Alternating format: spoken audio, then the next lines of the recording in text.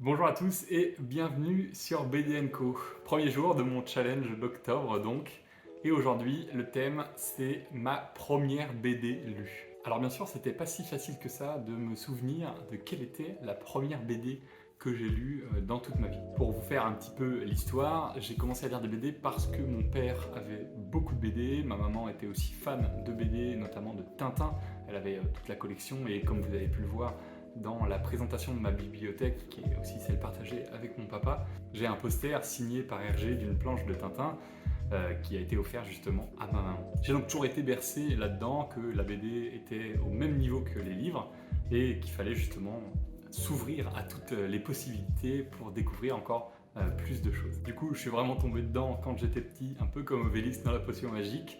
Et je pense que les premières BD que j'ai lues, c'est soit Le Petit Nicolas de Sampé, qui était une sorte de premier roman graphique presque en fait à l'époque, puisque c'était sous format bouquin un petit peu, ou alors bien sûr les Picsou, puisque on pouvait facilement aller trouver des Picsou magazines, notamment pendant qu'on était en vacances avec mon frère, on s'achetait des Picsou géants, au moins tu avais pas mal de BD, pas mal de différentes histoires, et ça c'est ce qui nous plaisait pas mal dans la BD du Picsou géant. Donc si je devais dire mes premières BD, ce serait ces deux-là. Bien sûr, je compte que les toutes premières BD, comme je vous le disais.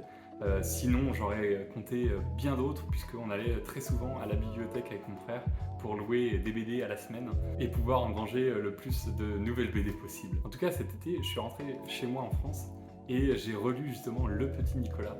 Et je me suis rendu compte à quel point ça faisait très très longtemps que je ne l'avais pas lu, que c'était une histoire vraiment assez sympa et assez en dehors de ce qu'on découvre de nos jours. Et pour tous les parents, sincèrement, je trouve que c'est vraiment une super belle histoire pour faire lire ses enfants et puis pour faire découvrir aussi la bande dessinée. De son côté, Picsou, on le connaît tous, Picsou, Donald et puis Riri, Fifi et Loulou. Ça a toujours été des aventures qui nous ont beaucoup plu parce que c'était plein d'humour, plein de nouvelles histoires et puis à chaque fois, comme c'est des petites histoires pas trop longues, on peut s'arrêter entre deux. Quand on est jeune, on n'a pas forcément envie de lire énormément et donc je pense que c'est une super bonne BD et les Picsou géants notamment, des super bonnes BD pour débuter la lecture et puis pouvoir faire ça pendant son temps libre. Je sais pas s'ils font toujours les gros Picsou géants avec une dizaine d'histoires, mais en tout cas s'ils le font, moi je trouve que c'est des super bonnes idées pour débuter dans la BD. Voilà, c'était mes premières lectures et mon premier jour du challenge d'octobre. Je vous dis à demain pour la deuxième journée du challenge et puis ce sera ma série préférée.